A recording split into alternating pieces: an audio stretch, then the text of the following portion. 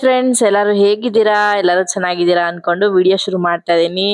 ಇದು ಹಬ್ಬದ ವ್ಲಾಗು. ಮೊದಲನೇದಾಗಿ ಎಲ್ಲರಿಗೂ ಯುಗಾದಿ ಹಬ್ಬದ ಆರ್ಥಿಕ ಶುಭಾಶಯಗಳು. ಈಗ ಬೆಳಗ್ಗೆನೆ ಎದ್ದು ಸ್ನಾನ ಎಲ್ಲ ಮುಗಿಸಿ ಬಾಗ್ಲೆಲ್ಲ ತೊಳೆದ್ಬಿಟ್ಟು ತೋರಣ ಎಲ್ಲ ಹಾಕೋಣ ಅಂದ್ಬಿಟ್ಟು ಎಲ್ಲ ಮಾಡ್ತಾ ಇದೀನಿ. ಇವಾಗ ಬಾಗ್ಲು ತೊಳೆದು ಅರ್ಶಿನ ಕುಂಕುಮ ಎಲ್ಲ ಇಟ್ಟು ರಂಗೋಲಿ ಎಲ್ಲ ಹಾಕಿ ಮತ್ತೆ ಬೇವಿನ ಎಲೆ ಮಾವಿನ ಎಲೆ ತೋರಣ ಎಲ್ಲ ಹಾಕಿ ಬೇವಿನ ಎಲೆನೆಲ್ಲ ಹಂಗಂಗೆ ಬೇವಿನ ಕಡ್ಡಿನ ಸಿಗಿಸ್ದೆ. ಅದಾದ್ಮೇಲೆ ತೋರಣ ಎಲ್ಲ ರೆಡಿ ಮಾಡಿದ್ದೆಲ್ಲ ಹಾಕಿ ಈಗ ನೆಕ್ಸ್ಟು ಪೂಜೆಗೆ ರೆಡಿ ಮಾಡೋಣ ಅಂತ ಮಾಡ್ತಾ ಇದ್ದೆ. ಇವಾಗ ಏನಿಲ್ಲ, ಪೂಜೆ ಸಾಮಾನೆಲ್ಲ ತೊಳೆದಿರೋದ್ರಿಂದ ಎಲ್ಲ ಒರೆಸಿ ಎತ್ತಿಕ್ಕಿ ಈಗ ನೆಕ್ಸ್ಟ್ ಏನಿದ್ರು ಪೂಜೆಗೆ ರೆಡಿ ಮಾಡ್ಕೋಬೇಕು ಅಷ್ಟೇ. ದೇವ್ರ ಫೋಟೋ ಏನಿದೆ ಅದನ್ನೆಲ್ಲ ಒರೆಸಿ ಅರ್ಶಿನ ಕುಂಕುಮ ಎಲ್ಲ ಇಟ್ಟು ನೀಟಾಗಿ ಆಮೇಲೆ ಕಳಸನೆಲ್ಲ ರೆಡಿ ಮಾಡಿದ್ರೆ ಆಗುತ್ತೆ ಅಂದ್ಬಿಟ್ಟು ಮಾಡ್ತಾ ಇದ್ದೆ. ಅದಾದ್ಮೇಲೆ ಏನು ಬಿಡಿ ಹೋಯ್ತು ಅದನ್ನೆಲ್ಲ ಹಾಗಾಗಿ ಇಡ್ತೀನಿ, ಮತ್ತೆ ಕಟ್ಟಿರೋವನ್ನೆಲ್ಲ ಫೋಟೋಗೆ ಹಾಕ್ತೀನಿ.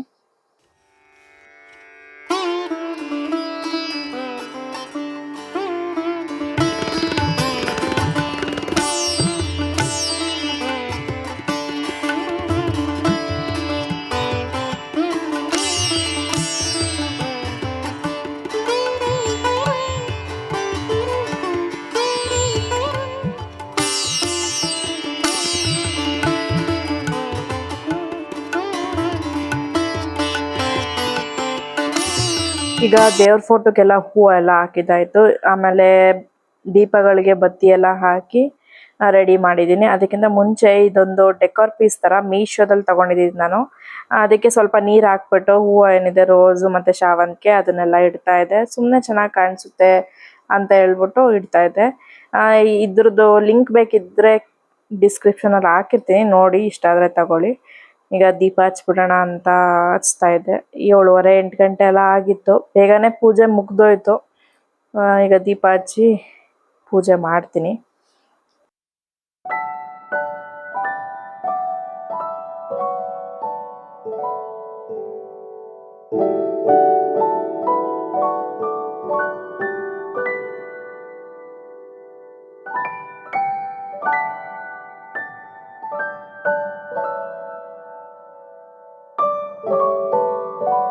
ಈ ಯುಗಾದಿ ನಿಮ್ಮ ಜೀವನದಲ್ಲಿ ಹೊಸ ಬೆಳಕು, ಶಾಂತಿ, ಸಮೃದ್ಧಿ ಮತ್ತು ಸಂತೋಷ ಎಲ್ಲಾನು ಕೊಡ್ಲಿ ಆ ದೇವರು.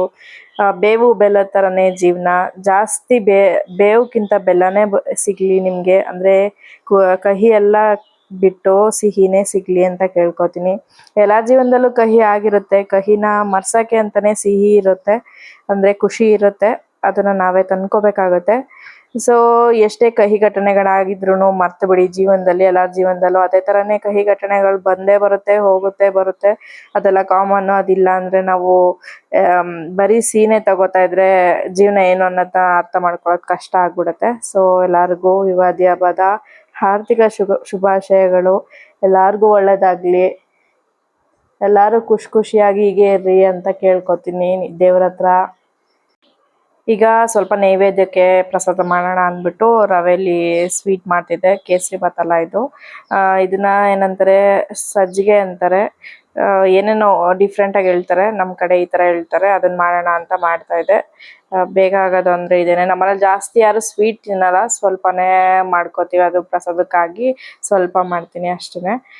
ಮಾಮೂಲಿ ಸ್ವಲ್ಪ ತುಪ್ಪ ಮತ್ತು ರವೆನ ಹುರ್ಕೊಂಡು, ಗೋಡಂಬಿ ದ್ರಾಕ್ಷಿನೂ ಹುರ್ಕೊಂಡು ಅದನ್ನೆಲ್ಲ ಹಾಕಿ ಸ್ವಲ್ಪ ಹಾಲು ಹಾಕ್ಬಿಟ್ಟು ಮಿಕ್ಸ್ ಮಾಡಿ ಸಕ್ಕರೆ ಹಾಕಿದ್ರೆ ಆಗುತ್ತೆ. ಲಾಸ್ಟಿಗೆ ಹುರಿದಿರೋ ಅಂಥದ್ದನ್ನ ಗೋಡಂಬಿ ದ್ರಾಕ್ಷಿನೂ ಹಾಕಿ ಒಂದು ಸ್ವಲ್ಪ ಏಲಕ್ಕಿ ಬೇಕಿದ್ದಲ್ಲಿ ಹಾಕೋಬೋದು. ನಾನು ಇಲ್ಲೇನು ಹಾಕಿಲ್ಲ.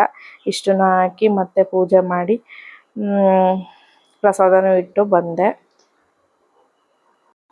ಆಮೇಲೆ ದೇವಸ್ಥಾನಕ್ಕೆ ಹೋಗ್ಬರೋಣ, ಇಲ್ಲೇ ಹತ್ರದಲ್ಲೇ ಮನೆ ಹತ್ರ ಇರೋವಂಥ ದೇವಸ್ಥಾನಕ್ಕೆ ಅಂದ್ಬಿಟ್ಟು ನೋಡ್ತಾ ಇದ್ವಿ. ಹೊರಟ್ವಿ. ಅಚ್ಚುನು ರೆಡಿ ಆಗಿದ್ದ, ನಾನು ನಮ್ಮ ಮನೆಯವರು ಇಬ್ಬರು ರೆಡಿ ಆಗಿದ್ವಿ. ಬೇಗ ಹೋಗ್ಬಿಡೋಣ, ರಶ್ ಇರುತ್ತೆ ಅಂದ್ಬಿಟ್ಟು ಪೂಜೆ ಮುಗಿದಿದ ತಕ್ಷಣನೇ ಪ್ರಸಾದ ಎಲ್ಲ ಇಟ್ಟು ಫಸ್ಟ್ ದೇವಸ್ಥಾನಕ್ಕೆ ಹೋಗ್ಬರೋಣ, ಆಮೇಲೆ ಬಂದೇನೋ ಟಿಫನ್ ಮಾಡೋದ್ರಾಯ್ತು ಅಂತ ಅಂದ್ಕೊಂಡ್ವಿ. ಈಗ ದೇವಸ್ಥಾನದ ಕಡೆಗೆ ಹೊರಟಿದ್ದೀವಿ. ಇಲ್ಲೇ ನಮ್ಮನೆ ಹತ್ರ ಇರೋವಂಥದ್ದೇ ಆಂಜನೇಯನ ದೇವಸ್ಥಾನಕ್ಕೆ.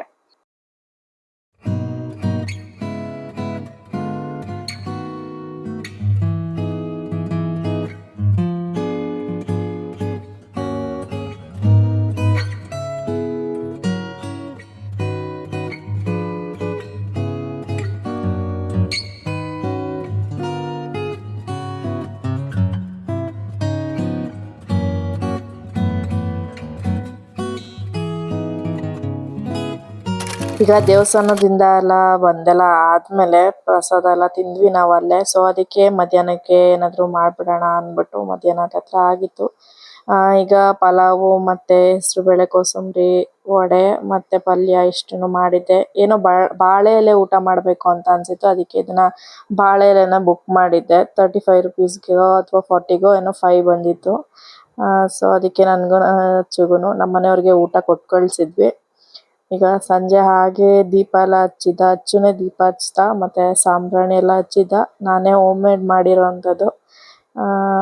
ಲಿಂಕ್ ಕೊಟ್ಟಿರ್ತೀನಿ ಡಿಸ್ಕ್ರಿಪ್ಷನ್ ಅಲ್ಲಿ, ಅದನ್ನು ಹೋಗಿ ಚೆಕ್ಔಟ್ ಮಾಡಿ ಹೇಗೆ ಮಾಡೋದು ಏನು ಅಂತ ಹೇಳಿ. ಆ ಸಾಂಬ್ರಾಣಿ ಸ್ಮೆಲ್ಲು ಹೊಗೆ ಎಲ್ಲ ಮನೆ ತುಂಬ ಹರಡ್ಬಿಟ್ಟಿತ್ತು ಸಂಜೆ. ಅದನ್ನು ಹಾಗೆ ಸುಮ್ಮನೆ ವಿಡಿಯೋ ಮಾಡಿದೆ. ಇಷ್ಟೇ ಇವತ್ತಿನ ವಿಡಿಯೋ ಏನಾದರೂ ಇಷ್ಟ ಆಗಿದ್ರೆ ಒಂದು ಲೈಕ್ ಮಾಡಿ, ಶೇರ್ ಮಾಡಿ, ಕಮೆಂಟ್ ಮಾಡಿ. ಆ್ಯಂಡ್ ಚಾನಲ್ನ ಸಬ್ಸ್ಕ್ರೈಬ್ ಆಗದೆ ತುಂಬ ಜನ ನೋಡ್ತಾ ಇದ್ದೀರಾ, ಪ್ಲೀಸ್ ಸಬ್ಸ್ಕ್ರೈಬ್ ಆಗಿ ಅಂತ ಕೇಳ್ಕೊಳ್ತೀನಿ. And thank you for watching. Next ವಿಡಿಯೋದಲ್ಲಿ ಸಿಗ್ತೀನಿ.